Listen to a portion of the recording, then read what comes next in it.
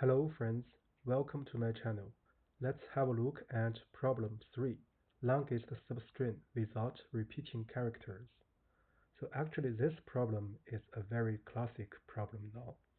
So this video is a revisit after the video for Leetcode problem 2461, maximum sum of distinct subarrays with length k. So in this video, we're going to share two methods. So essentially, they are the same idea. So one is the vanilla two-pointer sliding window method. The other essentially is also sliding window method. So I'll term it as duplicate index method. So the problem asks us to find the length of the longest substring without repeating characters given a string S. So here are several examples. So if you look at example 1, so the length is 3. So you can have ABC or BCA or CAB, right? So in example 2, so the length is 1, right? Because all the characters are the same. So similarly in example 3, the output is 3. So for example, you can use WKE or KEW, right? So the constraints for this problem are the following. First, S can be null, right? Or it's bounded above in length by 5 times 10 to the power 4. So the latter number is a decent large number. And the second constraint is that S consists of English letters, digits, symbols, and spaces. Anyway, so with that said, we are ready to do the analysis. So here, what I'm planning to do is the following. First, I'll present the vanilla two-pointer sliding window method. So this method is a routine, so we do not make a walkthrough here. So we shall explain it during coding. So the idea is actually very simple. So for each ret index R, so we find the maximum length substring ending at that index. Then we can use either pure while loops, two while loops, or we can use a for loop plus a while loop. So let's first do the coding for this vanilla two-pointer sliding window method. So for this, so I'll call it version 1 vanilla two-pointer sliding window.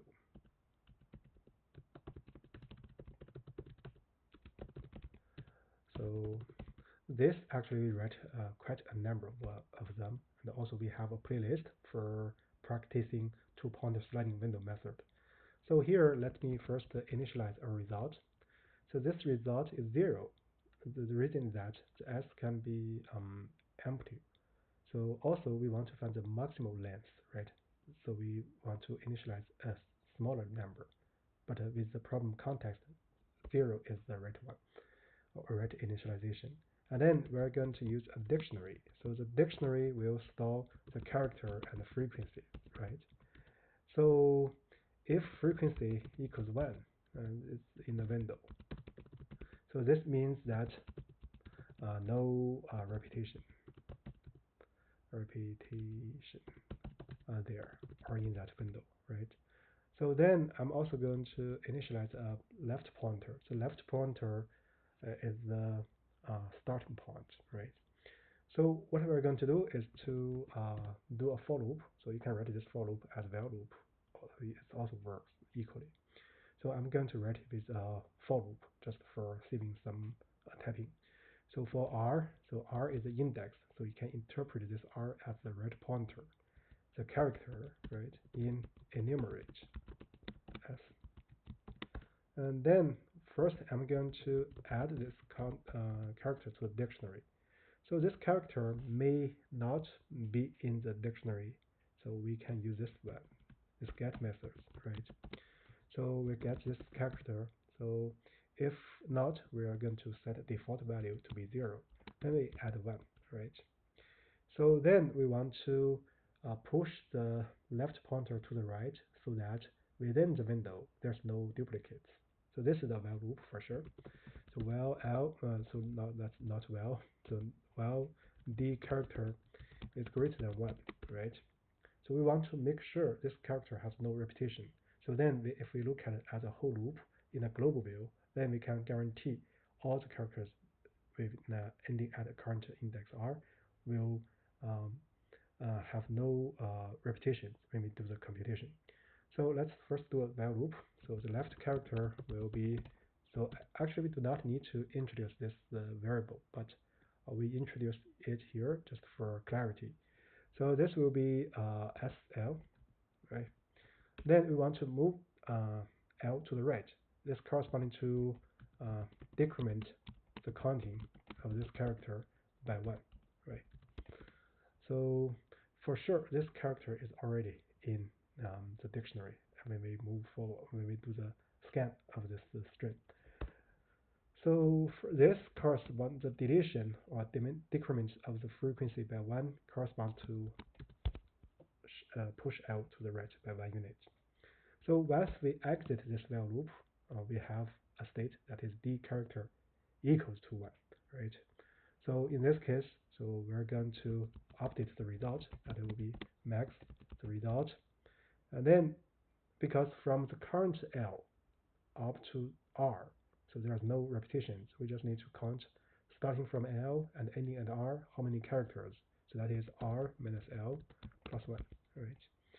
So once this done, so we are ready to do the return. So we return the result. So that's the standard vanilla two-pointer sliding window method. So if you want to use for loop while loops, you can write while r is less than the length of s, right? So each time you update the result, you increment r by 1, right? So now let's do the check. It passes the first example. So now let's look at the generic case. Yeah, it passes all the cases. So this is the first version of the solutions. So now I actually want to present another solution. So let me copy this function signature and put it here. So let's make this one v1, and now let's change this to be v2. So here I'm going to introduce the duplicate index method. So this is essentially also the two-pointer sliding window method, but we want to slightly change our viewpoint. So here the idea is the following. So um, first I want to mention that we used this method in problem 2461, right? So you are welcome to check out the video for that problem. So now let's look at the duplicate index idea. So the idea actually is very natural. So when we linear scan the string, so we first initialize a dup index variable. So initially -1, right? Because so if we look at the first character, so no duplication at all. So when we compute the length, that will be 0 minus -1, and it's 1. So you can imagine a string which is just a length 1 contains a character, right? So this explains why we initialize duplicate index to be -1 at the very beginning. So when we examine a character y at index I, we retrieve the index at which y appears before, right? If not appeared, so the duplicate index will be -1, right? So we can do this retrieval or store this information using a dictionary. And then the length of the longest substring ending at index I without repetition would be I minus duplicate index, right? So in other words, the string is from index duplicate index plus 1 and ending at index I. So we just need to return the maximal of this length ranging from all the indices. So here is a detailed walkthrough. So my plan is the following. I will first write the code, and in between I'm going to explain the idea and the update of the result and the dictionary. And then if you have difficulty in gaining clear understanding of the method, you can come here to do the walkthrough, right? So now let's look at the second method. So first, I'm going to initialize a result variable as above. So then I'm going to use a dictionary. But this time, so what we are going to do is to track or record the index for a character, right? The latest index. Before we look at the current index, right? So then let me duplicate the index to be -1, right? And so also let me do something like this. Length of this just for convenience, right? So actually we do not need this length variable, so I can delete that. So we have a result, we have duplicate index, we have d, right? And then what we are going to do is that, so we do a linear scan for the string s. So notice that we want to make a different treatment. So for this L, so we don't want to do the vanilla sliding window for L to push L to the right. So we want to use the duplicate index. So for this, first I'm going to check. So if y in D, so in this case, I'm going to update the duplicate index. If y does not in D, so we do not need to update the duplicate index, but always we need to update the dictionary, right? That's the principle. Then the character y is in D, right? So we can the dup index will be the max of the previous dup index state, and the because it's y in D, so we are going to get dy, right? So dy is where y appears last time or latest before this y. So in this case, once we reset this duplicate index, we can update the result, right? So the result is the previous state, and then so the length will be from the duplicate index plus 1 and ending at I. So the length will be I minus dup index, right? So this is the update for the result. As we mentioned, we need always update this dictionary, right? dy will be I. So this is the y latest appear when we look at next index. So once this done, so we just need to return the result state. So this is the duplicate index method. So before we making some comments, so let's first do a check.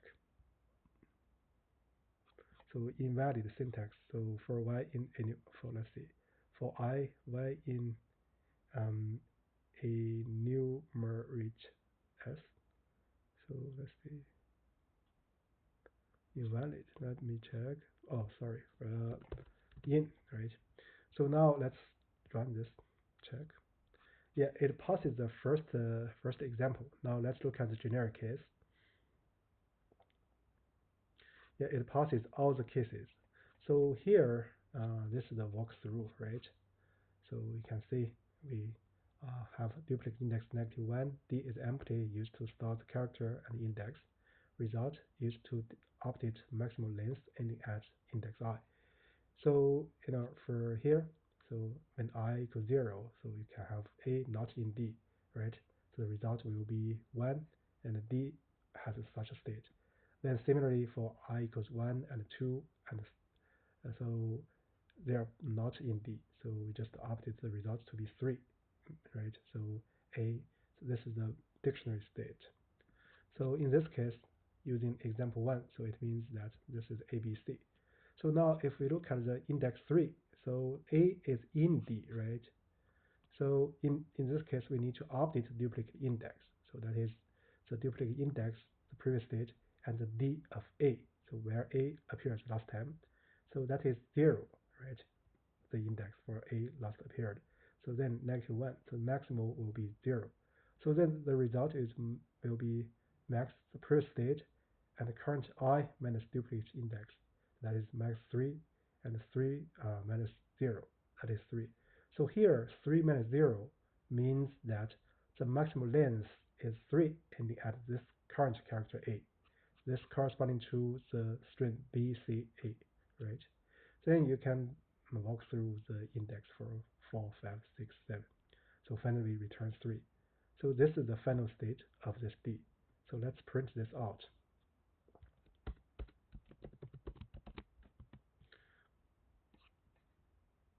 Right, so A is 3, B is 7, C is 5. Right. So yeah, so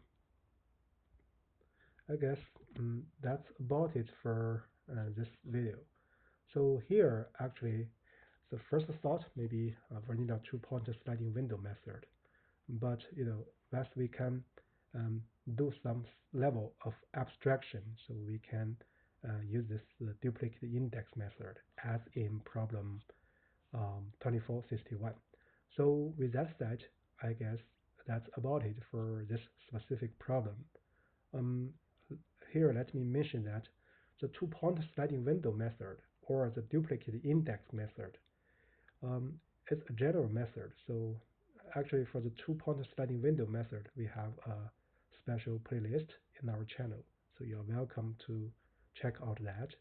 And also if you have comments or other solution formats which are of interest, you're welcome to share below the video or in the video comments session. So with that said, I guess that's it for this video. Thank you.